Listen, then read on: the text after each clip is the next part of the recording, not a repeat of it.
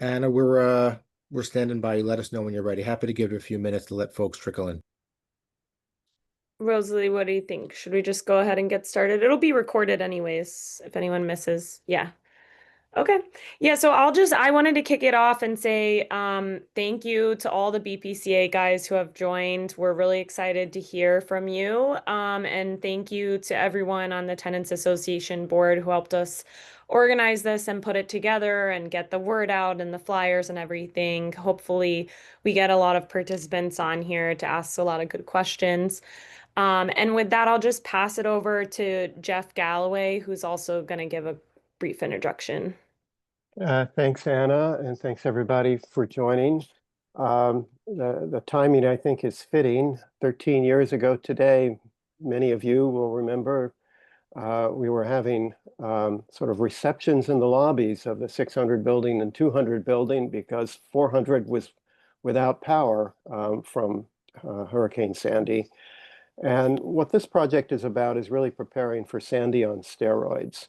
It's not just Sandy, but what a Sandy-like storm would look like in the year 2050. And this is part of a number of resiliency projects with the same type of objective going on around New York City.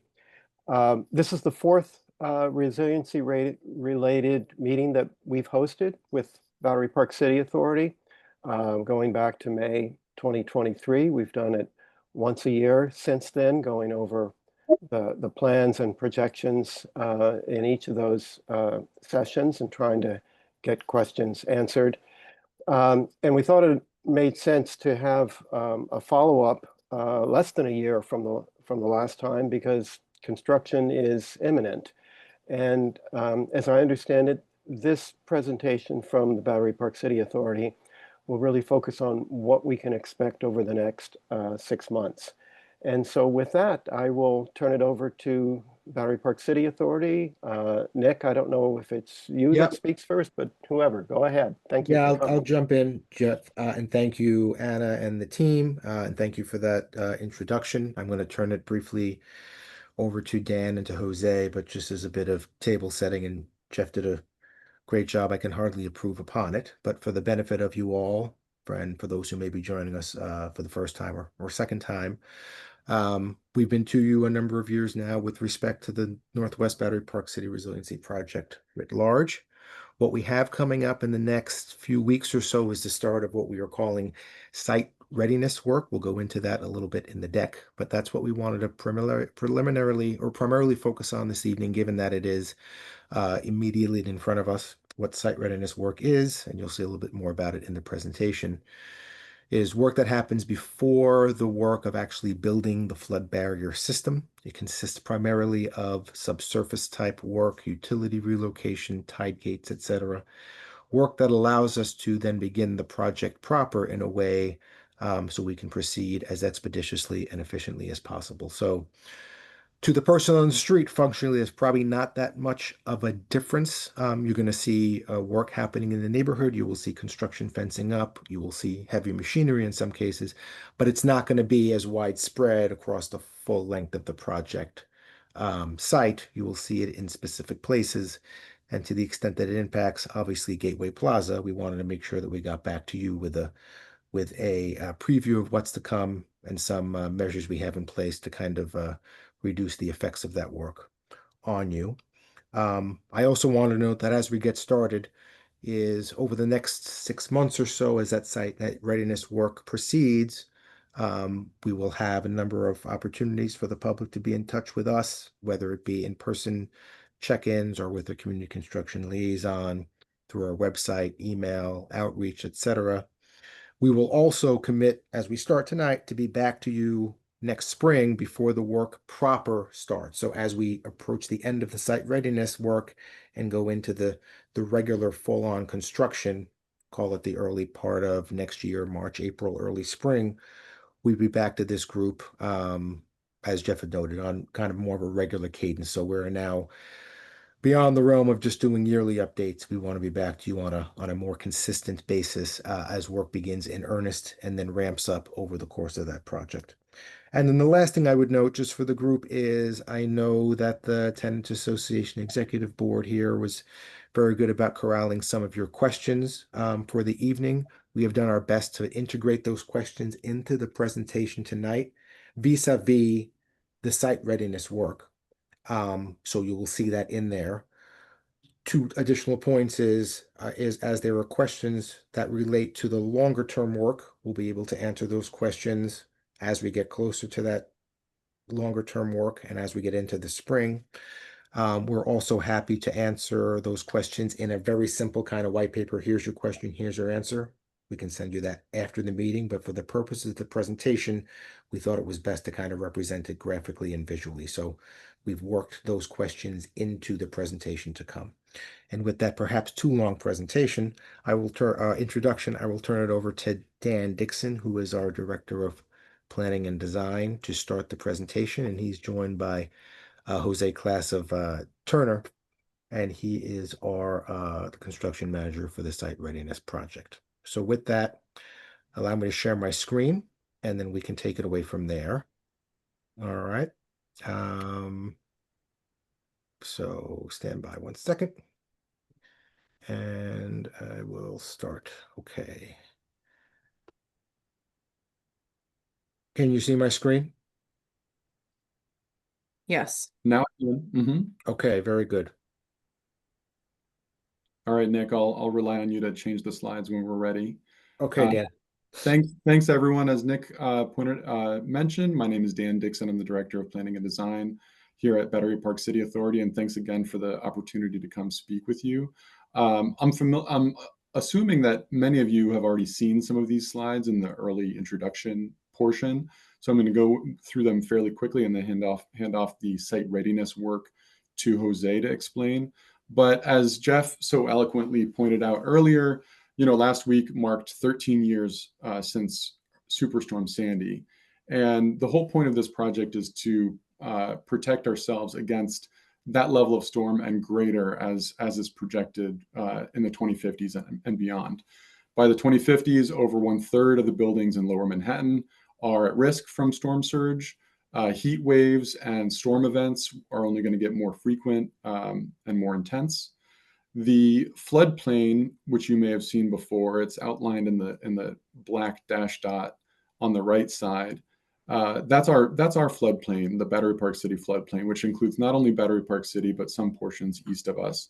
That includes 120 buildings, 25,000 residents, 61,000 jobs, and a lot of critical infrastructure and cultural institutions. So we at Battery Park City Authority feel it's our responsibility to do our part to protect Lower Manhattan and prevent loss of life and loss of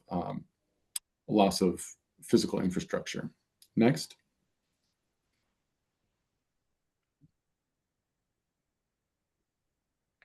So you might be aware that we're wrapping up the South Battery Park City Resiliency project, which is shown in the light blue on the bottom left of your screen. So that, along with the orange, which is the Northwest project, which we're speaking to today, those are two links in a larger network around Lower Manhattan, which is called Lower Manhattan Coastal Resiliency. Other projects on the east side include East Side Coastal Resiliency, Brooklyn Bridge Montgomery, FIDA, and the Seaport. Those are projects in various stages of design and construction as well. And together, all these projects will link together in the future to protect Lower Manhattan. Next. And as you see here, this is the project area. So if you can see, the darker pink color represents the flood barrier system alignment, and the lighter color represents all the construction limits of work. So that's where we're going to be working over the next 5 years.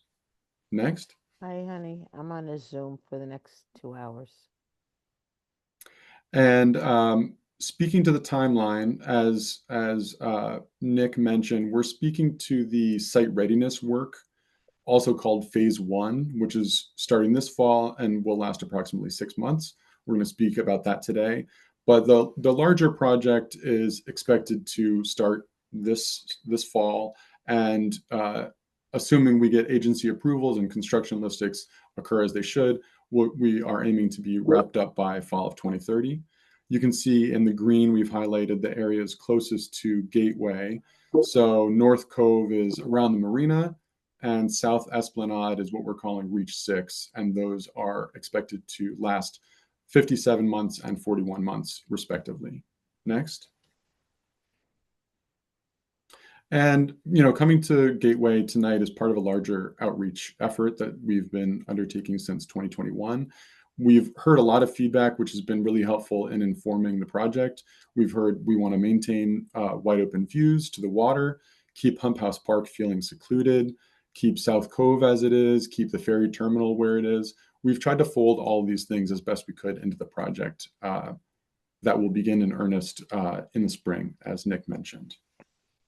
Next. And now we'll hand it over to Jose, who will talk to specifics about site readiness work that's happening imminently. Thanks, Jose. Thank you, Dan. So the site readiness work involves subterranean work. Most of it is below grade, and really it's doing work that will allow the major project to go forward in terms of construction.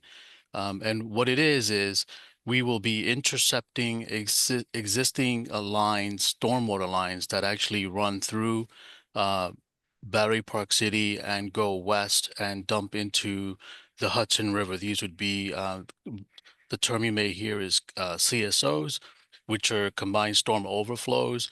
It captures all the rainwater from the catch basins on the street, and that network goes into the river.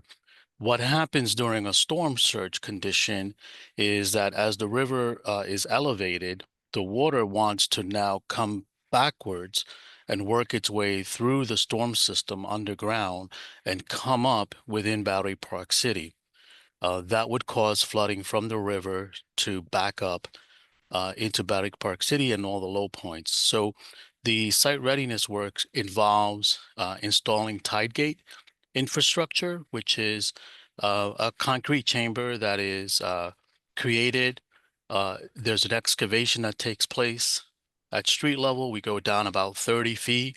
We intercept this existing piping, and then that piping has a tide gate installed, which is really just a gate that flows with the water, opens when the water flows out, but closes if the water wants to back in reverse. So a lot of people think of it as a backflow preventer, something you may see in your home, or think of a flapper that you would see inside of a toilet tank, kind of similar idea.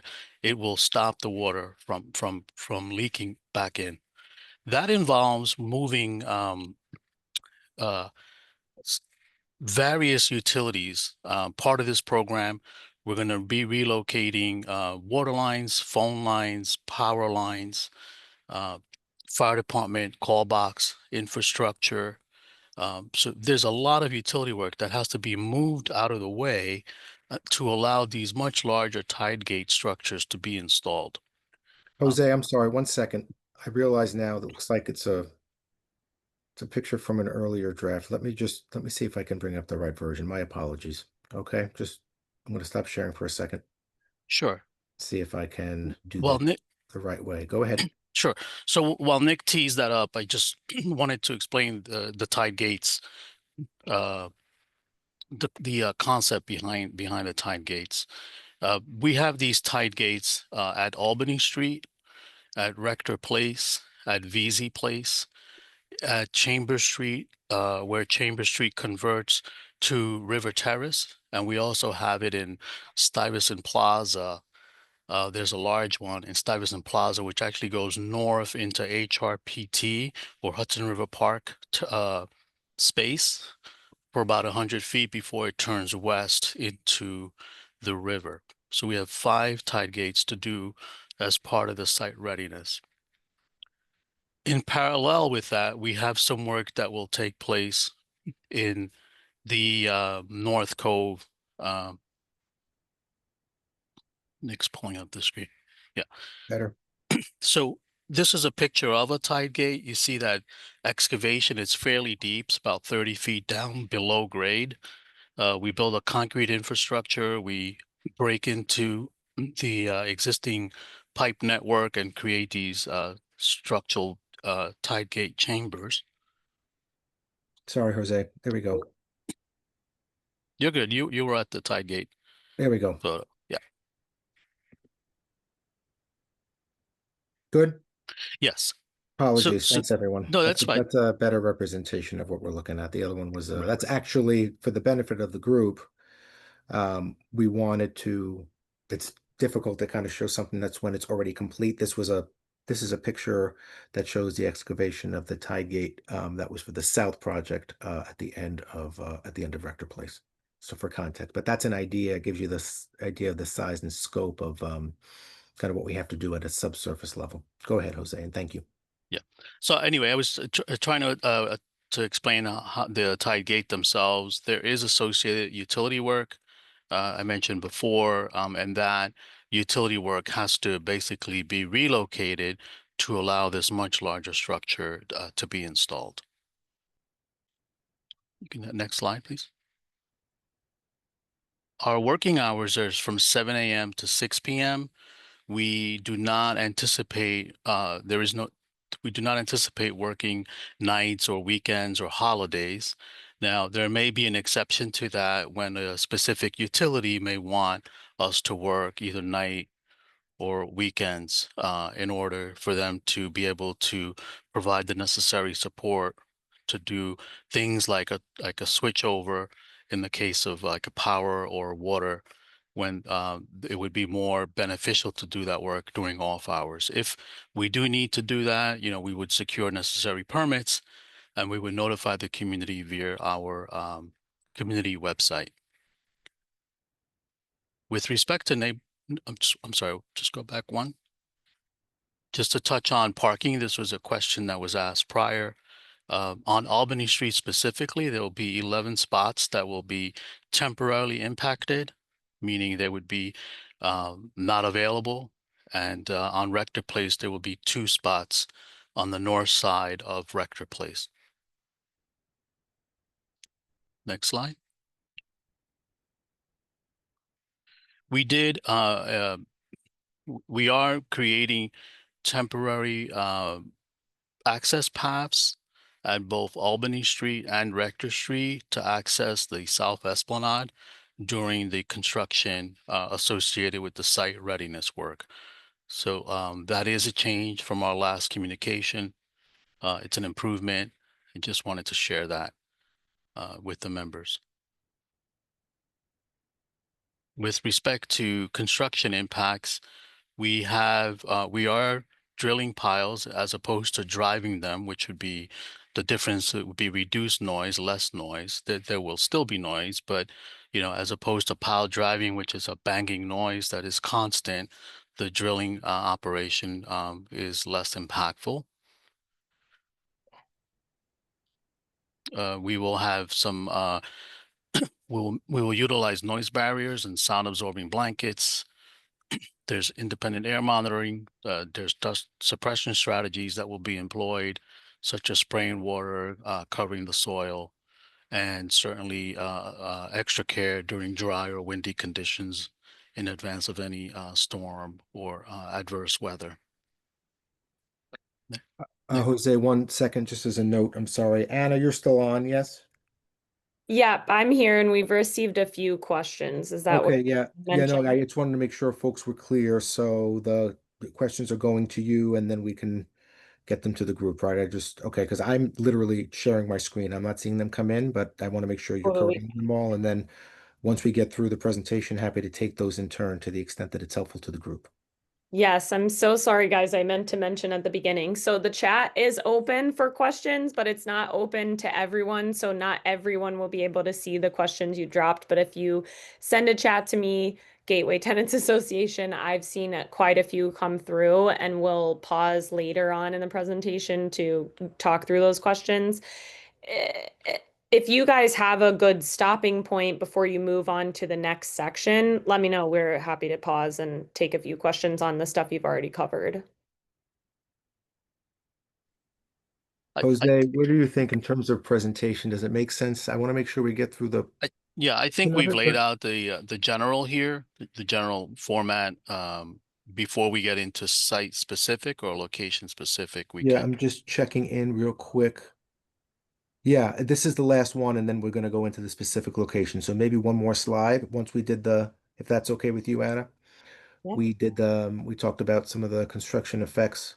Um, Two things, not to put too fine a point on what Jose had said, but as someone who's fairly close to the community in terms of doing outreach and at many of these meetings, what we know was very important to the group was pedestrian access from Rector Place and Albany Street, even as the tie gates are being installed, which, as you saw from that picture before, is not an insignificant amount of work.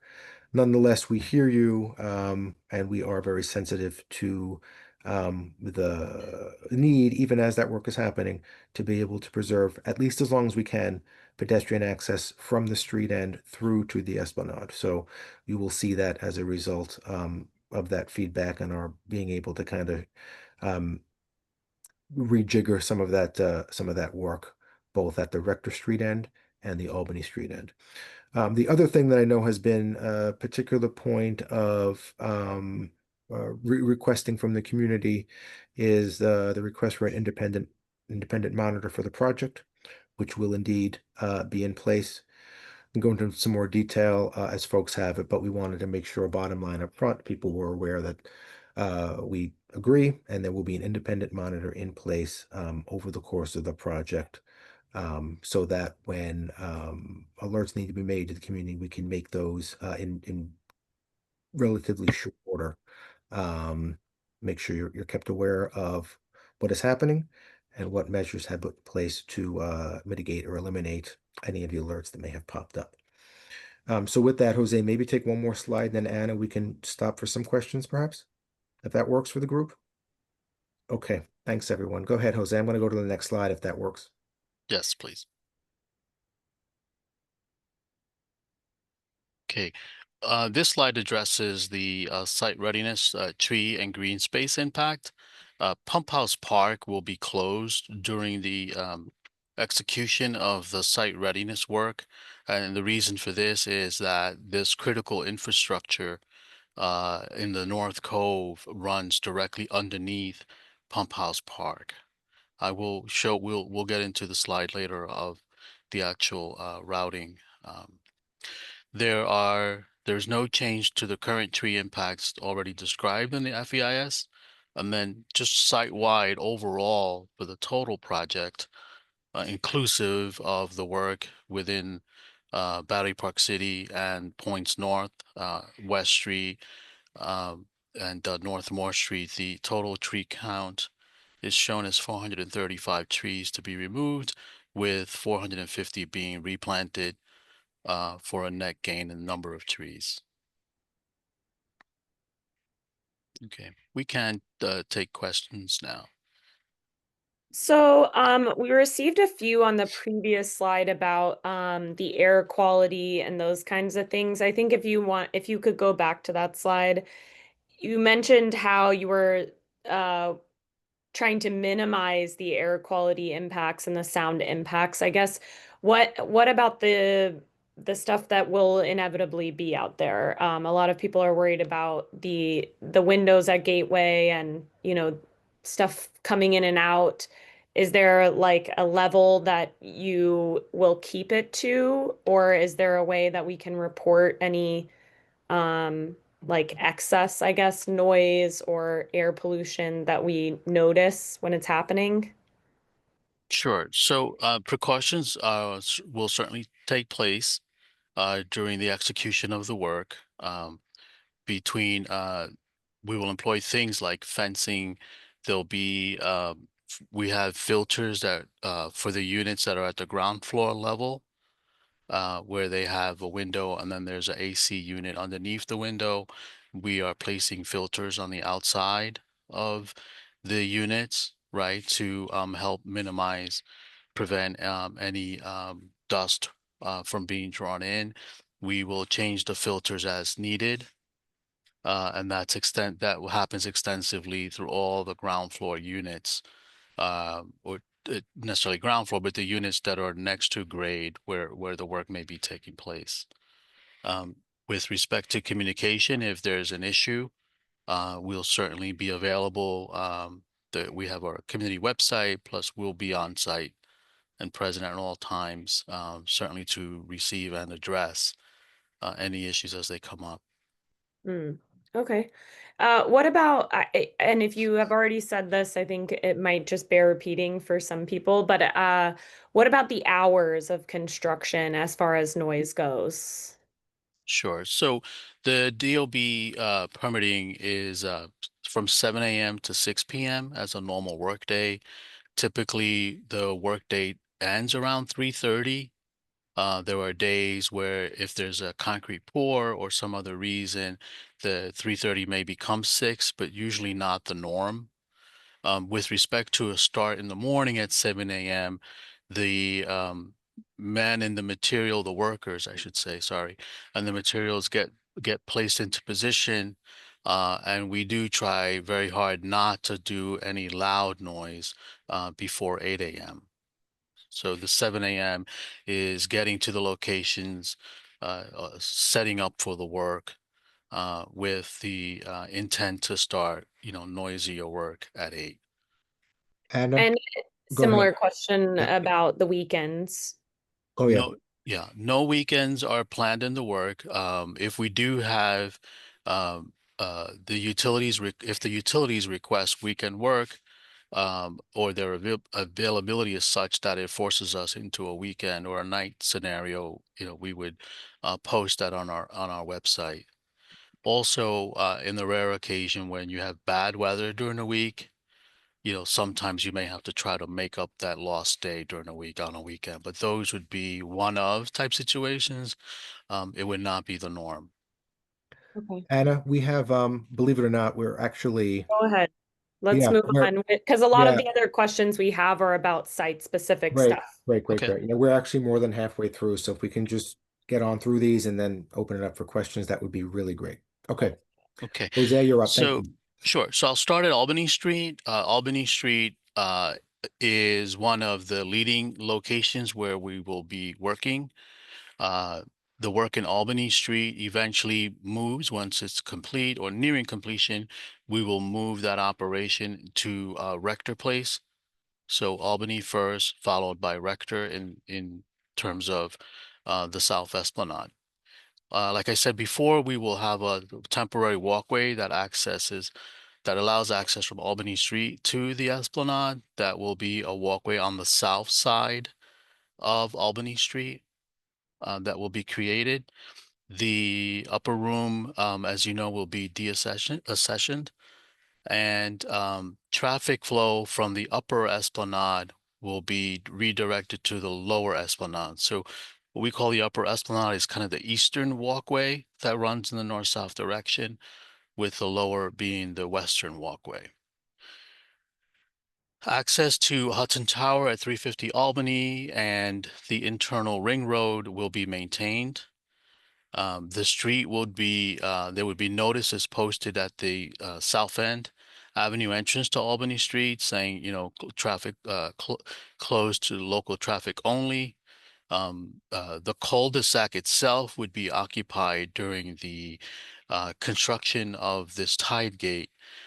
So vehicles, you'll see some fencing and filtration system will be installed. It'll live in the street on the north side of the street, and we would be redirecting or channeling the vehicles from the westbound lane into the ring road that is located about mid-block for the 350 and the Hudson View West complex. Next slide, please. So here is Rector Place. Rector Place has a second tide gate that will be constructed. The first tide gate was constructed under the South Project, and that gate handles all of the storm infrastructure that is originating in the South Project, but actually exits into the river through Rector Place. The tide gate that we will be installing is picking up all of the rainwater and all of the what's called catchment area north of Rector Place up to VZ Place. So it's a fairly large area. The infrastructure is actually a little bit larger than the infrastructure that was installed previously. We would be occupying both the north planter, which is where the bigger excavation is going to take place. We would be occupying the entrance, and then the south planter as well, with a filtration system that's mandated by DEC. We have Rector Gate will be protected. It will remain in place. There will be some bench seating, what we call the World's Fair benches that are, I don't want to say portable, but they're easily moved. Those benches will be relocated along the esplanade, both in the north and in the south direction to maintain the seating. And then 377 and 380 Rector Place, access to those two buildings will be maintained. Next slide. This is the North Cove Marina or Brookfield Place. Here we have a large amount of infrastructure and critical utility relocation. Effectively, what you see here outlined in red is the work that starts over at Belvedere Park and Plaza and worked its way down into Pump House Park and Liberty Street. And what we have here are a series of water lines and telecom conduits, which houses both phone, data, internet, fiber cables. They run north-south from North End Avenue through the North Cove Marina and exit onto Liberty Place and actually points south of towards the South Esplanade. Very, very critical utility. It has to be relocated for the work that will take place under the main project for the two bridging structures that are over the PAF tunnels. During this operation, and what you'll see is pretty much the North Cove Marina at Belvedere, at Waterfront Plaza, which is in front of the Winter Garden, and Pump House Park. These areas will be slowly closed for this site readiness work and remain closed. The main project then kicks in the spring, and then you'll see a much larger activity once the infrastructure is relocated. There will be egress in and out of all of the buildings along Brookfield Place, 300 VZ, 250, 225 in the Winter Garden. Those buildings will function as they do today. There will be public walkways that will be maintained to allow circulation from the north side of the marina through through the perimeter of the marina alongside the buildings all the way down to Liberty Street. The Winter Garden is unaffected. We can report that the ice skating rink is being developed as we speak. They actually started mobilizing today. That's Brookfield doing that work directly for themselves, but the ice skating rink is slated to open mid-month. They've started to build it. It'll be available this season through March for public use. Next slide. Just before, if you don't mind, one question we had to clarify on the screen before this. The red versus the yellow, and I guess the two stars you're saying is the two relocation spots. The red is the construction area. There will be excavation and this telecom and water line work. The stars is really just meant to denote, general area of Belvedere and Pump House Park, but everything that you see in red would be behind a fence enclosure. And even some of the yellow, this is kind of just a schematic of what's taking place. I think for the benefit of the public, the walkways are just going to be alongside the buildings as you see them today. Typically, when you have the overhead type protection, the local law 11 work, where it actually skirts a building, is really what the walkway path would be for the foreseeable future. Here, we want to report that there is, under the site readiness phase, there will be no impact to Gateway's pool, the North Lawn, the Dog Run, or Mez Restaurant for this work. Next slide, please. This is VZ Place, and here the red outlines also the work. Construction area, site readiness. We have a large 96-inch pipe to intercept that actually dumps into the river where the ferry terminal is. The north ramp of the ferry terminal, underneath that ramp is an outfall. This work is not slated to begin until April of next year. It'll take about 6 months to complete. It will require us to be along the western half of the Irish Hunger Memorial Plaza, so that western half will be closed. VZ Place from North End Avenue going west towards the ferry terminal will be closed. Just the lawn area that exists today, the public can still access the north and the south sidewalk of VZ Place to be able to go from North End Avenue to the ferry terminal or to the Lily Pond or to Rockefeller Park. So just want to make that clear that we are providing, allowing for access through this location. The only caveat is at the Lily Pond, there is the short ramp that goes from the upper level to the lower level. That ramp, because there is critical infrastructure there, that ramp will be temporarily closed, but you can access the lower esplanade by going on the north side of the Lily Pond, and the ramp on that side will be maintained. There is some seating in VZ Place that will be unavailable, but our fence generally is going to be all contained within that long planting area that runs east-west along VZ Place, that what used to be the street at one point. Next slide. Okay. So I think we've concluded the part of the technical part about what the work is along different street ends. We can take a couple of questions here, or we can go right into wayfinding. I'm going to and I'm just going to run through these final slides just to give a sense of some of the outreach, and then open it up to questions if it's all right with the group, just so we can want to make sure we get through the presentation for the folks who may have to. Go ahead. And so we've been presenting this in a number of other fora as well.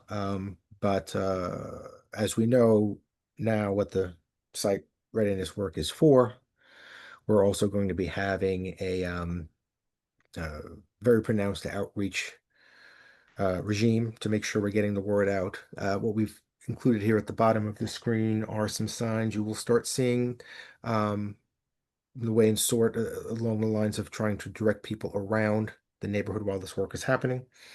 You will have a orange color and indicate that work is going on, a QR code that will allow you to access more information if you want it. But most prominently will be an arrow kind of showing you the detour and where to walk, how to continue on your way throughout and across Battery Park City over the course of the work. There will be signage appearing mid-month or so.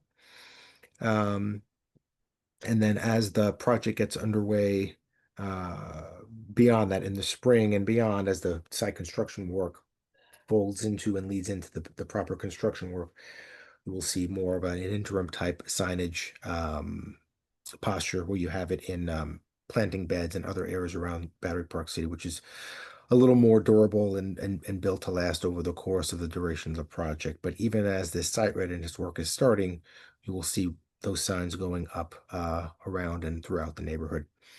And then what you will also seen in your mailboxes, starting as early, I think, as Friday or in the next couple of days, if you haven't checked your mail yet or if it hasn't arrived, are postcards delivered to every residents in Battery Park City and in some of the outlying zip codes as well, describing the fact that this work is now beginning and where to find additional information, who to reach out to for questions and comments, and how to stay involved with updates as they are made available. So very briefly, just to kind of recap it for the group before we open it up, we have mobile outreach going on in high foot traffic areas throughout Battery Park City. I think some folks were actually out and about today near Gateway Plaza by LPQ this afternoon, and in other areas across the neighborhood. There are signage in our kiosks, resiliency drop-ins, which we'll get to a little more in depth in a minute. We have some virtual site walks, hopefully coming up soon, and materials not only at our programming events, but in the windows of our assets and Battery Park City Authority owned spaces.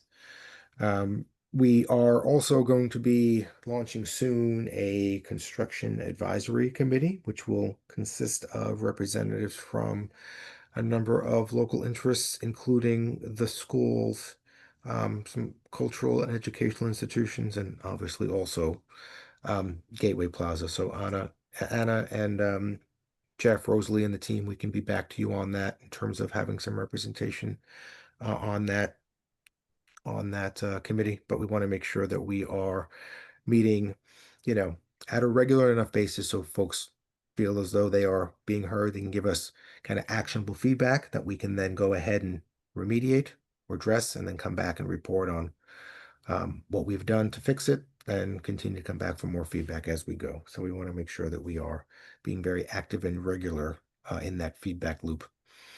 And then, as I mentioned, flyers have been posted, mailing to all residents, and we will continue our process of meeting with buildings, organizations, and residents across the neighborhood as we go, as is evidenced by tonight at the community board with other organizations and partners, etc. And then the one thing, not to put too fine a point on it, but as you will start seeing soon, those of you who are on our mailing list, and I hope that that's all of you, our fall 2025 and winter 2026 programming calendar will be coming out in the next couple of weeks. And as an added consideration, you'll have that. You'll see I've excerpted that both on the right and on the left. We have a programmatically themed BPC resiliency drop-in session. So we are going to be doing it 2 times a week at different locations, one in the south of Battery Park City, which is the community room at 200 Rector Place, and one in the north at 6 River Terrace. Gateway, of course, is very conveniently situated right in the middle of the neighborhood, so you can go to either one or both. And we have kind of 2 periods for each, right? One runs from mid-November to mid-December before the holidays really hit, and then picks up again in early February. And this should take us through the majority of the site readiness work. So the idea is to have essentially office hour type scenarios where you have members of the project team or community construction liaison. You can come in and talk face to face with some of the folks working on the project, and we can take back their concerns and also report back to you on concerns that we've heard at that forum. Again, another way of trying to meet people where they are. This is in addition to the Community Construction Advisory Council, community board meetings, residential meetings, etc. We really want to make sure we're doing a full court press to understand what people's concerns are, address them in as real-time fashion as possible, and be back to you with what implements we put in place to reduce any effects as you are seeing them. And then the last thing I would just add here, many of you know Michael Ryan, who's our community construction liaison. The email address is there for the project. We have his phone number, and then we have live links there, which, and I'll send you in the group here after obviously signing up for our newsletter.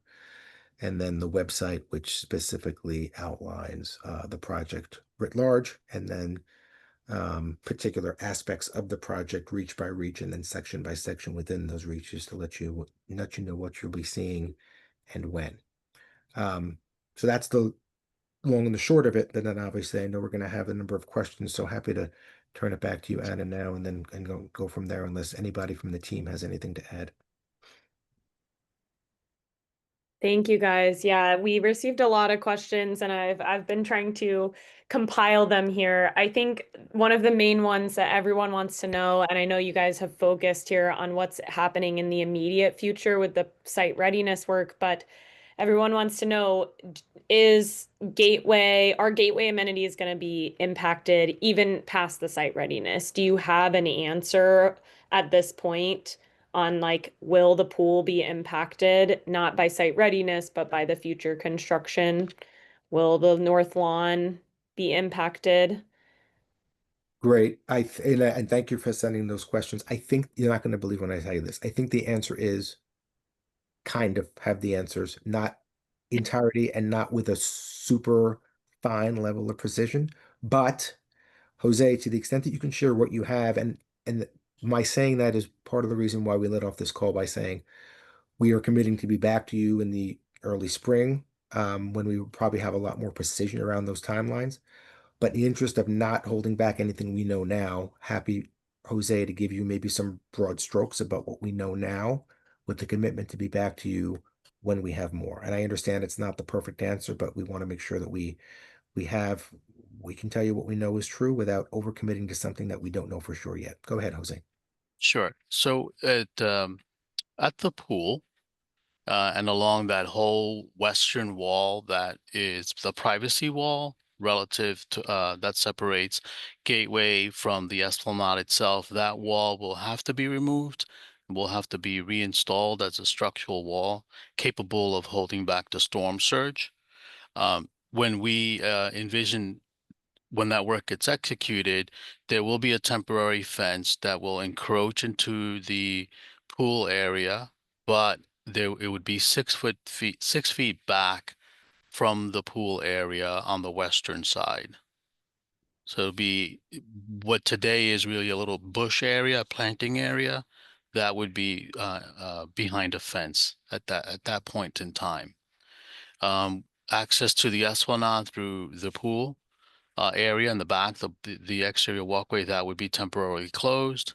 On the north lawn itself would not be impacted, but the seating area west of the north lawn, west of the um, artificial turf that creates the north lawn, so points west and points north of that, the seating would be temporarily removed because there will be construction fence there, also for the purposes of removing and replacing the privacy wall.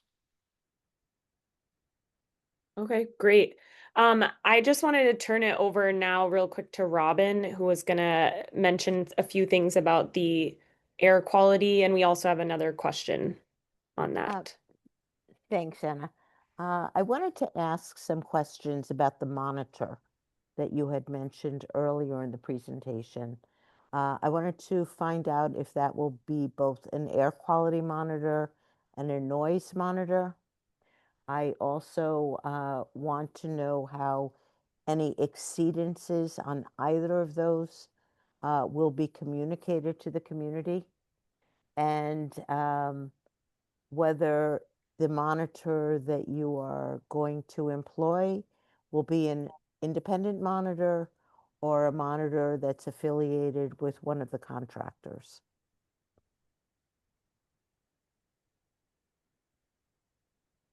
Sure, Robin, I can start and I can turn it over to some of the other folks I think we have. I know Jose is on. I think Rami is also on from the team.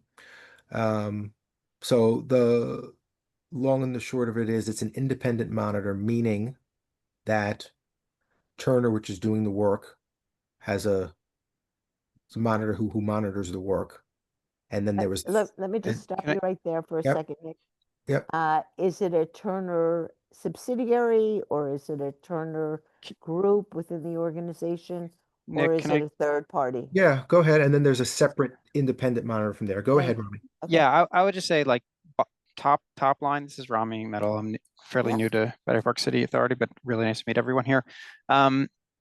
Top line is it will be independent monitor, and we are working with the CB1 a little bit to figure out exactly what that looks like, what the best arrangement is, so that everyone feels comfortable that the reporting that they're getting is timely and useful, and it's unimpeachable in terms of like independence. So we haven't lined up exactly who's going to do that work yet. We'll do that in the coming days. There is an existing structure where certainly Turner has their own air quality monitoring apparatus as part of the camp, which is community advisory air monitoring plan, right? And then we do have our own ability to have a sub who has a monitor of the monitoring. So they will basically say whether or not that camp plan is being adhered to, and then if any exceedance happen, how they're being resolved, and then communicating that to us.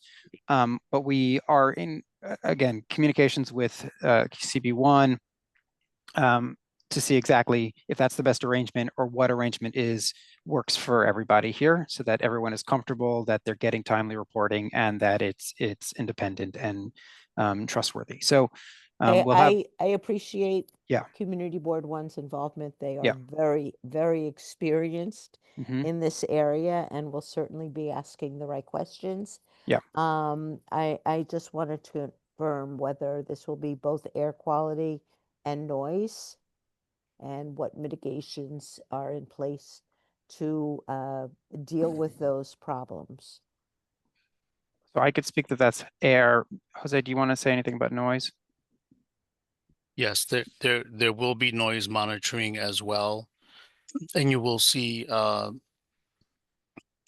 equipment on site that is both upstream and downstream of the work areas because the wind can blow either way. Of course. And with respect to noise monitoring, we will have noise monitors in place. And what level will the exceedances be reported? At I what level? believe it's 80 or 85.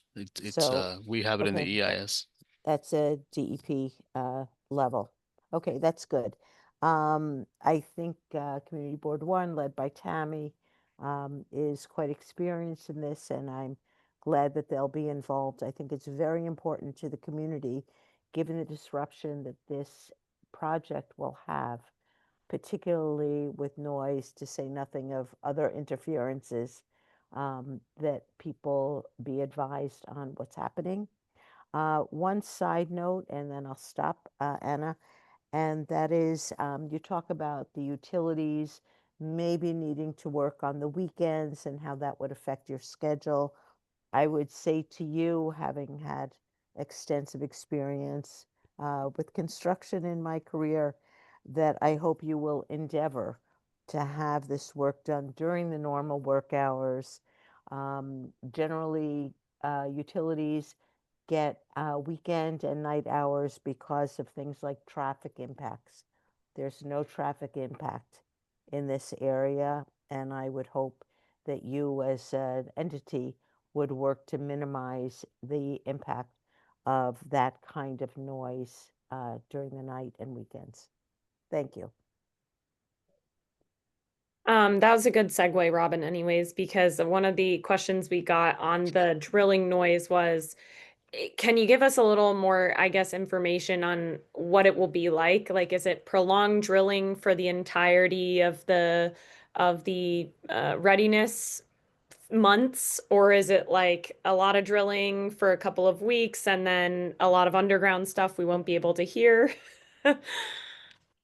Yeah, so it's actually the opposite. We will be starting with the utility relocation. That will have some jackhammering noise, if you will, as we remove the street topping, both the asphalt layer and the concrete layer, the sub base of the asphalt, to be able to get to the utility. Once we dig, that's fairly reduced noise level. We would have to relocate telecom, fire, FDNY conduits, power conduits, etc. So there, and water lines. So that work is what you'll see first, and we will ramp up in terms of both the amount of space that's taken as the area that's captured has to grow to allow all of these utilities to go around what will be the location of the tide gate. Once the utilities are relocated, then we will have a drill rig on site that will be doing the drilling to create the piles that will be supporting the tie gate structures. But that comes later in the program. Okay.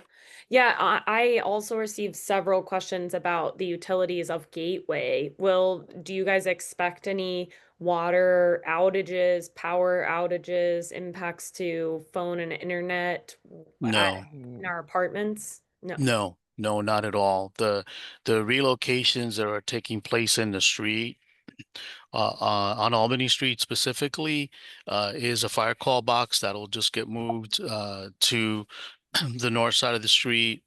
Their water line will be relocated also in the street bed. It serves a hydrant, currently serves a hydrant. There is some water lines that go along the esplanade in the east-west direction, but that's all local water that does not go into Gateway. So there are no impacts anticipated for any of the Gateway services proper. Later on, once the main project takes place, we will run we will have to run a water line to Gateway as a redundant line to replace a line that we will have to remove that's currently on the Esplanade. But that's a ways away. Okay. I'm just trying to get to as many questions as I can here. What about direct communication with us? I think I've received this from both sides. One, like you guys notifying us immediately that this Saturday we are going to have to work or something like that. Where's the most up to date? Or the independent monitor saying, hey, we have findings like the air quality is bad today, whatever it is, something that's more real time. Yeah, I think it's a great suggestion, Anna. Just past this prologue sometimes. I know that for the South Battery Park City Resiliency Project, um, which obviously wasn't perfect, we had lessons learned there, but we also had some good things that we learned about. One of the practices that we did or employed whenever we had to do work, especially around the bottom edge of Battery Place. We had to do some overnight work in the street bed, and that was because the permits from DOT requires it to be done overnight. Anyway, long story short is whenever we had to do overnight work, there was direct outreach to the buildings directly. So there wasn't only just an email that went out, it was the community construction liaison got on the phone and called the building manager and said, hey, FYI, I want to make sure you saw this thing I just sent you so you can let your residents know there will be work at this time for this particular reason for this long. With the air monitoring, certainly, as Rami had mentioned earlier, happy to get into a cadence with you where if the things that you want more frequently or less frequently, I think we want to try and hit that sweet spot where you're not just getting daily reports with nothing, so your eyes start to glaze over, but enough so that it's meaningful. Like so, if something trips a level that needs to be reported, I think within a day or so we should be able to let you know this is what happened, this is how we remediated it. And then if it's something that at the end of the month you can see the full list of reports, including all the stuff that was um, the stuff that you got noted about and other stuff that was just nothing, but it was just the ongoing monitoring. Yeah. But happy to discuss with you about what the cadence might make most sense to do. Go ahead, Rami. No, I'll just add that there are sometimes the monitoring stuff can get tripped, but it's not actually related to any exceedance or anything. And Right. so, if you're getting notifications about those, but it's not real, then after a while, it's kind of like the boy who cried wolf. We want to make sure that you're getting the information that's relevant, and we're filtering out something that nothing actually happened. But to Nick's point, let's figure it out. What's the right tempo? What's the right cadence? When do you need to know things? I think one of our big things would be for you guys to notify us in addition to Gateway management. Sometimes we get quick responses from Gateway, but we're happy to spread the word as well. So if you guys can copy the Tenants Association, Sure. that Yeah, would be. absolutely. Okay, let's see. Can you give us any hard and fast dates on when the more serious parts of construction will begin? Like when 375, building 375 will be impacted, when the pool stuff and the walls might be impacted, or do you not have solid dates yet? We don't have solid dates in that we're still working through some of our permitting and filings, things like that. So I think we would defer till we have a more accurate start date of the project, and then that will inform the different reach work or stages within the reaches. Um, uh, that would be a more reliable. Okay. Yeah, is it, I guess, is that at least like spring? I think we're thinking spring. Yeah, but if anything March, changes, April, May? yeah, Yeah. in that realm, if anything changes, we'll let you know in advance. Like right now, that's where our head's at, early spring, something like that. But we, as you know, with construction, these things kind of move a little bit. So we are keeping abreast. We're trying to figure it out a little bit more clearly. But as soon as we know, we'll let you know so that Okay. you guys can prepare. Yeah, I think a lot of the concerns I've seen in the chat are about rent renewals, because it's especially with things that are impacting our amenities, and even I live in 375, literally the building I live in. Um, you know, people want to know if should they renew their lease if construction's going to start in March, or is construction not going to start until August? Yeah. It's a big impact when your lease is 1 year long. Yeah, I think certainty is very valuable for everyone here, so we'll strive towards that. There was a question about the pool being impacted or how long. What is it? What was the question? It popped up about how long will the pool be impacted? I think what we were saying earlier is that from what we could tell right now, we don't know that the pool will be impacted at all, right? Like we're not requiring that it be closed. So it'll be, I think some of the deck chairs might not be able to be there. But I don't, from what everything I've been told, and Jose, I think you confirmed this, we don't believe that there'll be any real substantive impacts on our end to the pool. Okay. Let's see. We got several questions about things around the area, removal of trees, removal of benches and seating, removal of art, particularly around the upper room. I know you addressed a few of those, Jose, but maybe if you could just give us a little more clarity on when everything's going to get removed, and like, is it going to be in phases? And have you guys thought about, it seems like you have, but have you thought Yes. about replacing? Yeah, so there's a couple of things. We are not fond of the fact that trees have to be removed. We are very sensitive to that, and we share the community's concern and love of the trees.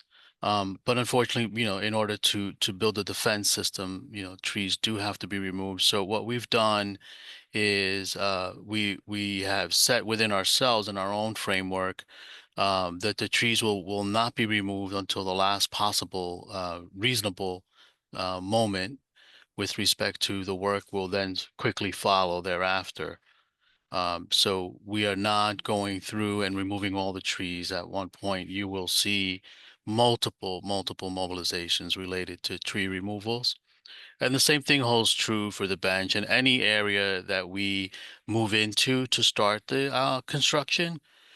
We have these staggered starts that were really created uh, because we realize that it's just way too much area to take on day one and just close it all down. So we've delayed the start and staggered the start of the work, both in the reaches and within the reach themselves, into these manageable segments, to minimize, mitigate the impact and the inconvenience to the community. Now, at a certain point, these staggered starts, will ultimately result in, the South Esplanade being closed for periods of time when we have used up all the stagger, and now we have this overlap work. But on the tail end, as the work gets completed in different segments, different stretches of blocks, say from Albany Street to Rector and Rector to West Thames, et cetera, then those areas will then start to be reopened. So it's kind of a phased start and a phased turnover, again, with the goal of minimizing the amount of time that the open space may be offline. That was very helpful. Thanks. We also received some questions about safety, and like just, you mentioned the scaffolding that goes up for some of the other type of construction projects along walkways, preventing people from falling into the holes that you guys are drilling, and Right. rats and rodent problems around construction sites. Sure. So all of our construction work areas will be fenced in. There'll be permanent fence. It'll be uh, initially it'll be, green. Department of Building requires hunter green, but there is a plan to put some, robust signage and community guard and wayfinding and things like that on the signs. So um, uh, Battery Park City and us we're sensitive to that. With respect to rodent control, we do have a rodent control plan, extermination, and that will monitor all of our activity within the fenced-in area and outside of the fenced-in area with a routine, a cadence to the treatment. Uh, and if there are problem spots, which there shouldn't be, but if you have a rat colony or anything like that that we can detect, we will certainly address it right away because we want to maintain a clean and safe environment. So when it comes to that, we will work with and advise the different buildings stakeholders to just make sure that our efforts are somewhat aligned with the ongoing efforts of the different buildings with respect to their refuse collection locations and or how they bring their refuse out for pickup. Okay. Um, will ferry service at Brookfield Place be impacted? So we have worked out a operational plan with the Port Authority to keep the ferry terminal in its current location. And when we do the work over at what we call Reach 4, which is where the ferry terminal is in 300 VZ, the two southern slips of the ferry terminal will be closed. And the Port Authority and their concessionaire are working out how to handle the ferry service and make adjustments to the timing of their schedule to maintain the same level of service. So that was an important one that we had to spend, a lot of time coordinating with the Port Authority and their concessionaire that runs the actual ferry services. There are multiple ferry service operators. Okay, got it. Uh, one clarification on the hours of construction. I think you said that the permit allows construction until 6 p.m., What? but typically they finish around 3. Is that accurate? Container on the left side. Yeah, the DLB permits are 7 to 6, Oh, 7 it's in a.m. there. to 6 p.m. A typical construction workday is 7 to 3:30. Sometimes you do have to stay late depending on the activity, but generally we try to wrap up by 3:30. When it comes to some of the marine work, the day there will be 7 to 6 p.m. specifically for the marine because it's a lot harder and more challenging work environment, and you really need to work the longer hours there. But if it's after 6 p.m., we would have to go to DOB and secure an after hours work variance. So it would be like a permit to work off hours. And then So that would be that the has same to be done. example, Anna, where we would go to you and be like, hey, FYI, Right. here's the need to do this work. Here's a heads up that it's coming. Here's how long it will be. Here's what it's for. Here's how long it'll last. And here's what we're doing to mitigate it to the extent it needs to happen. So again, more precision around, how precise we can be with advance notice, but we want to provide as much advance notice as possible if it needs to happen. Okay.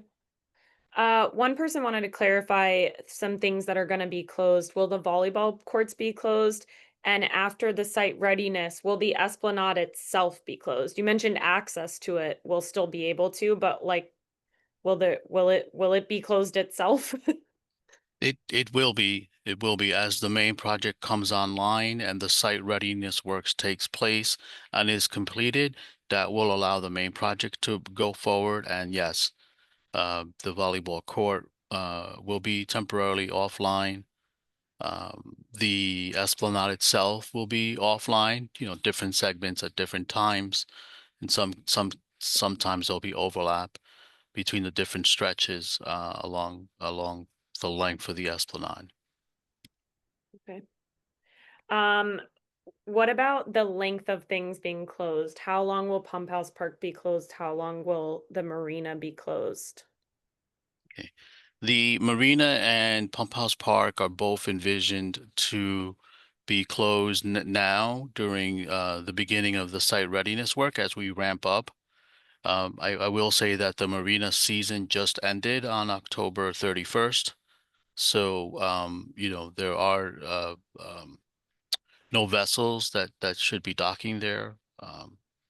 And the marina will remain closed as we move in the spring to the main project, which will require the construction of these two what we call bridging structures, which is a structure that will be underwater that will not put loads on the PAF tunnels. We cannot impose any load on the PAF tunnels for the safety and security of the tunnel, and that requires us to open up the existing plaza walkways that you see today. Those will have openings in them, and there'll be a lot of work. It's very logistically very challenging, very technically very challenging because of the amount of infrastructure that is all underground. You don't see it, but it's there, and I think by now most people have heard, when you walk on the Esplanade, you feel like you're walking on land, but you're actually on a concrete platform that's over the water, and that holds true for all of the marina. Uh, Walkways around the marina. You're over a platform that's over water. So we're here. We want to do the work as quickly and as safely and as efficient as possible for this, for the sake of the whole project and certainly the community. Yeah. Um, just to clarify on your response, I guess will they be closed for the entirety of the project or just Oh, for the site readiness piece? So there's a lot involved, and I don't want to.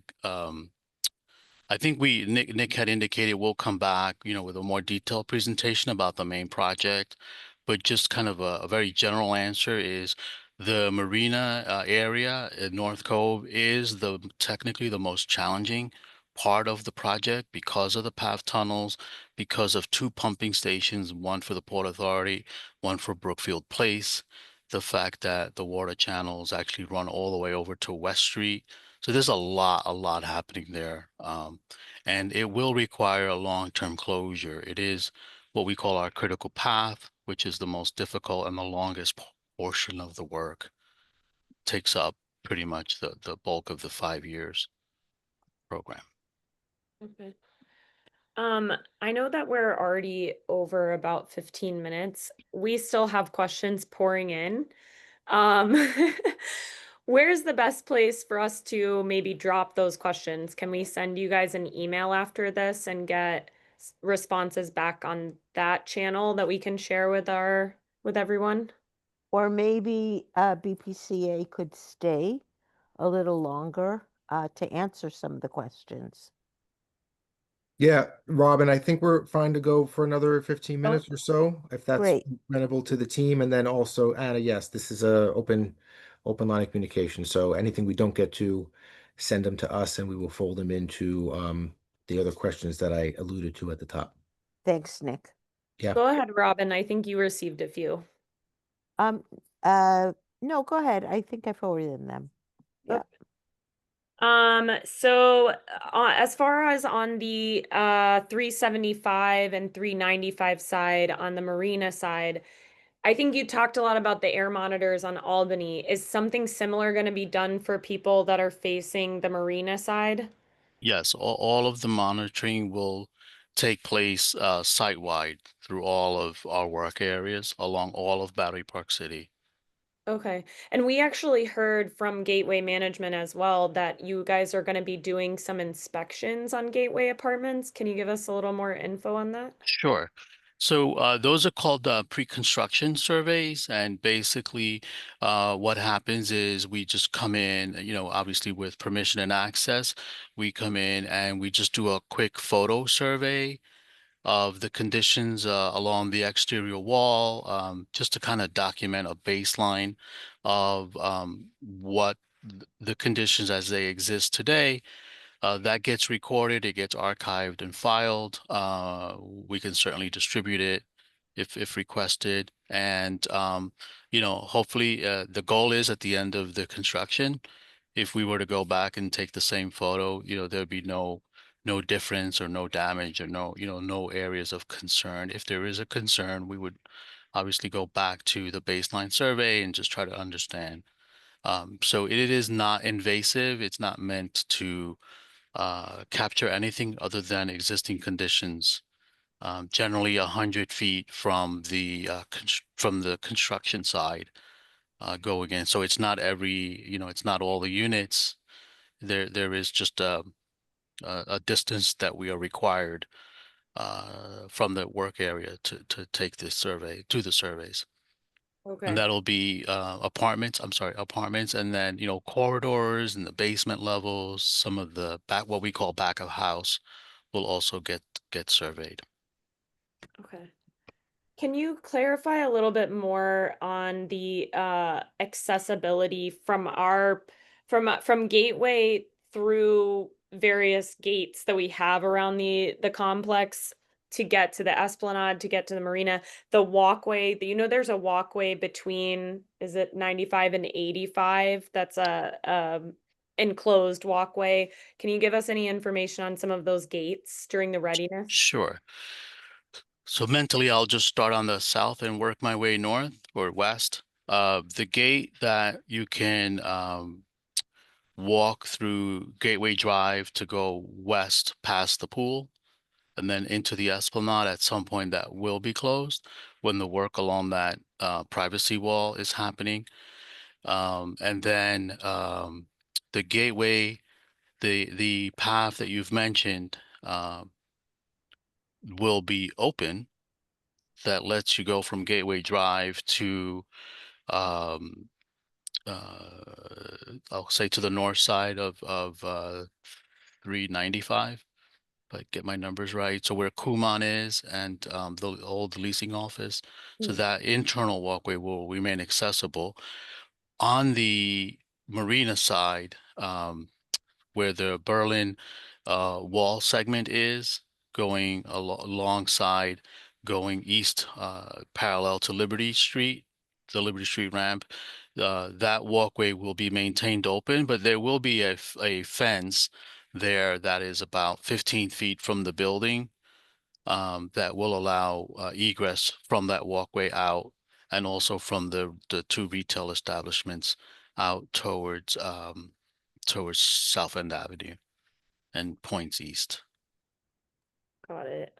And the north lawn area, as that walkway where you go down the ramp, where you go through the pavilion, down the ramp, and into the Esplanade, at some point that will be closed as well, in terms of access to the Esplanade.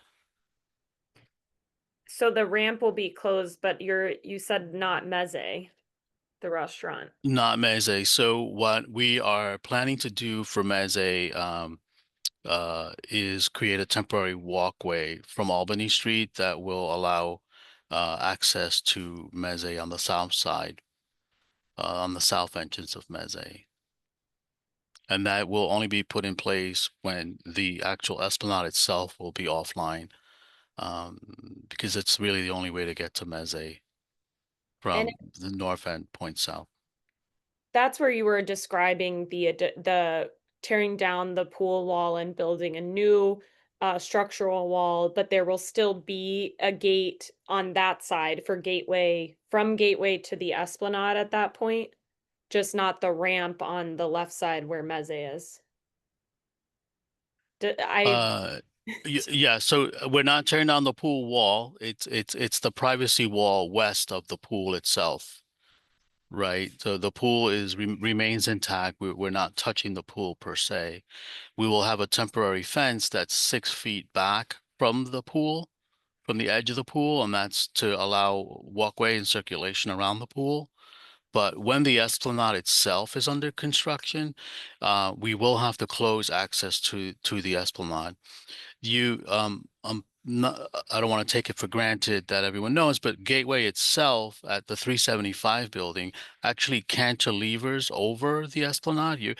Your building is west of, if you look at all the other buildings along the South Esplanade, Gateway actually sticks out into the Esplanade. It creates a challenging engineering condition for the project, and elements of that platform west of Gateway will have to be removed and rebuilt at some point. So that there, when that happens, the full closure is necessary. Got it. That just sounds terrifying. No, don't. I live in So 375. I'll just say one thing. We share the concern about air, noise, right? Certainly all of the structural work, but uh, you know, if I may just speak on behalf of the construction, contractors and personnel, we have to work here every day. So, we're as much on the line as everyone else, and it's important for us to be safe too, and certainly all the workers as well as the community. So, um, please don't be fearful of it. It's a challenge, just like, when you think of Battery Park City itself when it was created, it was a challenge, right? But with engineers and a lot of planning and effort, it is the beautiful place that we have today. So we share in the concern, but we will not put any risk, take on unnecessary risks, because we're on the front line when you think about it, right? Right, we're there in those excavations and in and around this work all day long. So Um, just wanted to share that. no, I appreciate that. And I I trust the engineers. Um, that was a good segue though. One of the questions we got about permits is how many permits are you still lacking, and is it at a state or a local level? And yeah, I'll pause there. That's the first question. Sure. So the project has the federal and state permits secured.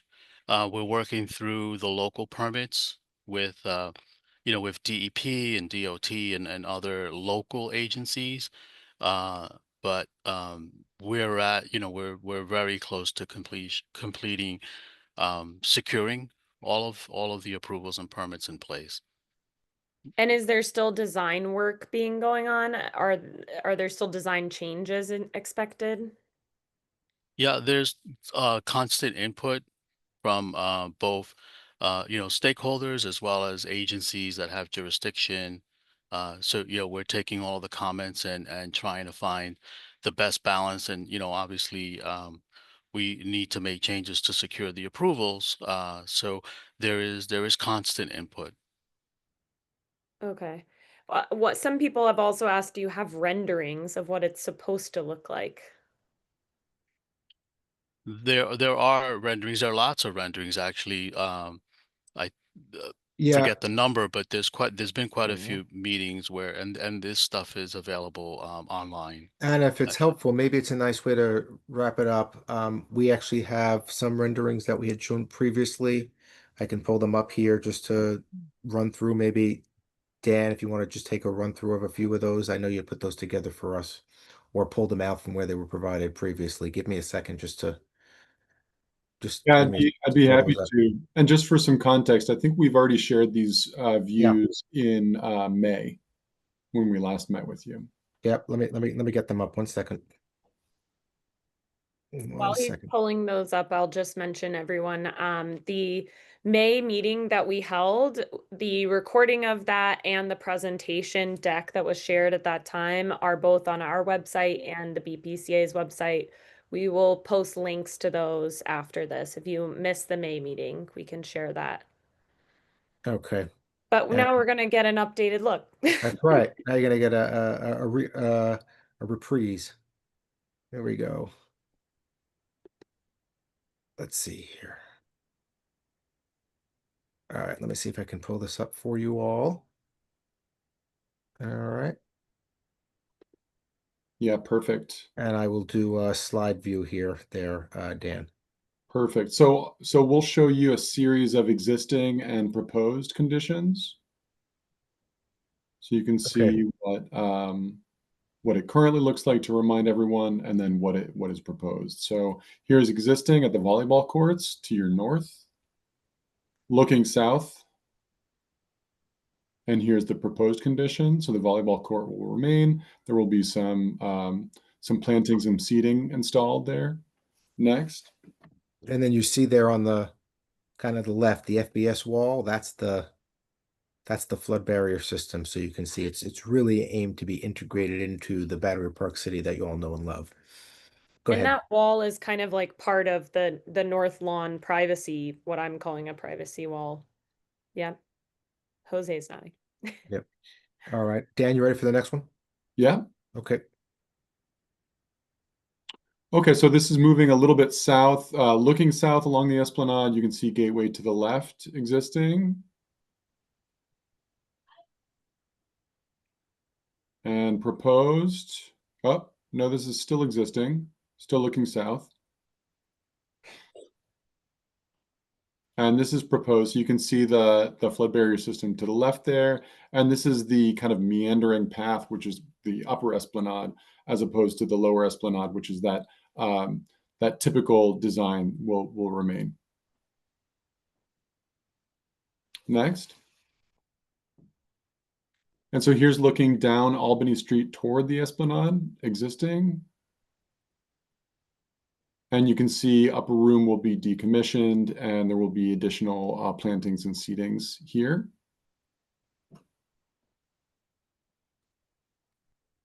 I should say that is still being updated a little bit because we've heard some feedback that we want additional seating and shade opportunities at the end of Albany Street. So that's not actually the most current design, but these were shown in May. And here's a little bit further out. So this is what we're calling the outlook. It's a series of connected public spaces that have some seating and shading opportunities. And here's, this is a little bit out of order because if you remember, we had an existing view showing this view existing. Here's proposed, and you can see on the left there one of our deployable gates that will swing shut in the event of a storm. Okay, so this is Meze. What we're looking at right here is the restaurant, and then the second floor is our gym in 375. Exactly. Next.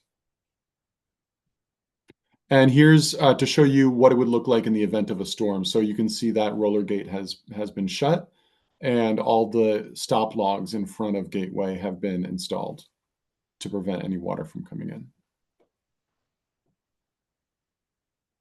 Next. And here's a view from inside Meze looking out during a typical condition, not a storm condition. Next. And here's, you can see the with the deployed stop logs with the, between those columns looking out. This is what it would look like during a storm surge. And frankly, those people do not look panicked enough, but they seem very well protected in there. Yeah, no panic needed if you've got these. Right. It's such a well-built system there, and Yeah. keep on keeping on. They don't have any food. Yeah, they're also very hungry. I'm not sure what's going on there. Next. And here is actually we've heard that people are not fond of the placement of these Scott Burton pieces that were from the marina. We had thought about if you recognize these elements, these are along the western and southern end of the marina near Brookfield, and we had considered removing them and putting them at the end of Albany Street, but we've heard that's not very popular. So we're thinking about some other places where these could go. But this is one potential view looking down Albany Street. And this is the in the deployed condition. You can see that roller gate has been shut at the end of Albany Street, protecting the district. Next. Not to put too fine a point on it, but you can see this is actually a helpful rendering in a number of ways. It shows you the deployable deploy to keep the storm surge out. For the water that falls behind the wall, obviously, flash floods or very heavy rains. That's why you have tide gate and other type of infrastructure to help with that, what we call interior drainage. So anything that falls behind the protection is also draining out in the appropriate way.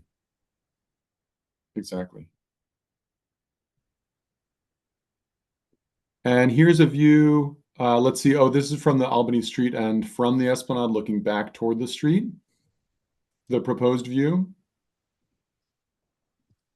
Next. And in the deployed condition after the roller gate has been shut, that same view. Next. Okay, that's it. Well, I really appreciate you guys going an hour and a half with us. I know that there are still questions in the chat that have not been answered. Again, we'll try to compile those into an email for you guys. When it comes to specific engineering questions or design feedback, you mentioned a few times like people have you've gotten community feedback on art installations and how things look. Is the best way to reach out via the BPCA emails that you shared? Yes. Okay. Yep. If it's general gateway questions, we'll compile those for you guys. But if it's specific engineering questions, we'll let everybody know to go through that route. And anyone could at any point email that. Yeah. They don't need to wait Yeah, for a list from you. And there's a phone number I think we also put on there. If you want to put it back there, click Nick. Yep. For Nick, for Michael, who's Yep. very responsive. Share my screen here. And Anna, can I just add a comment here? Battery Park City Authority frequently presents to the community board, and those meetings are open to the public, and the public can ask questions. And those meetings also are hybrid, where you can participate online. So we will endeavor at I chair the Battery Park City Committee on the Community Board, and I serve also on the Environmental Committee. And generally, it's one of those two committees that the authority presents at. And these are great meetings for people to come and provide feedback at.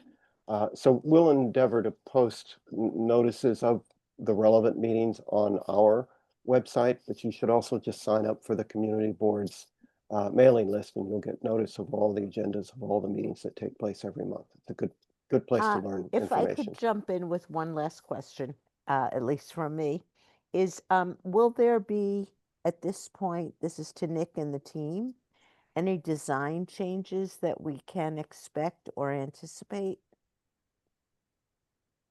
Are there things being considered that you're not ready to speak about or may not be known? I can speak to just a couple that we're still working through. So we're still working with the Public Design Commission on the color of the final wall. We're also working with our design team on integrating some more World's Fair benches and shading opportunities, especially at street ends. We heard that was preferred.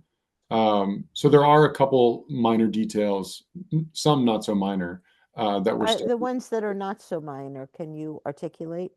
No, I mean, I would say the color of the wall, I would not consider a minor one. Well, you're a design person. Yeah, yeah.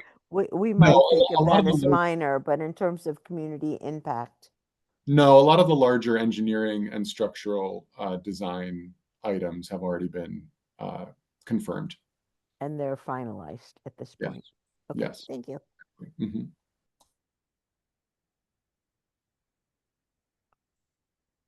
All right.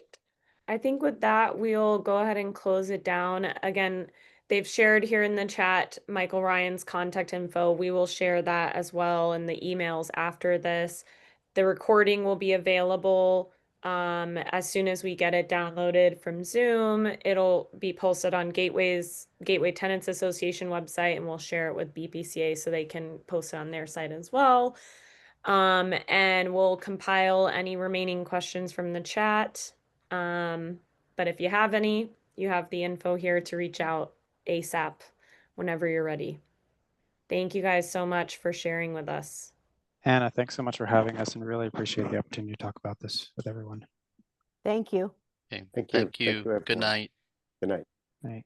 Thank you, guys.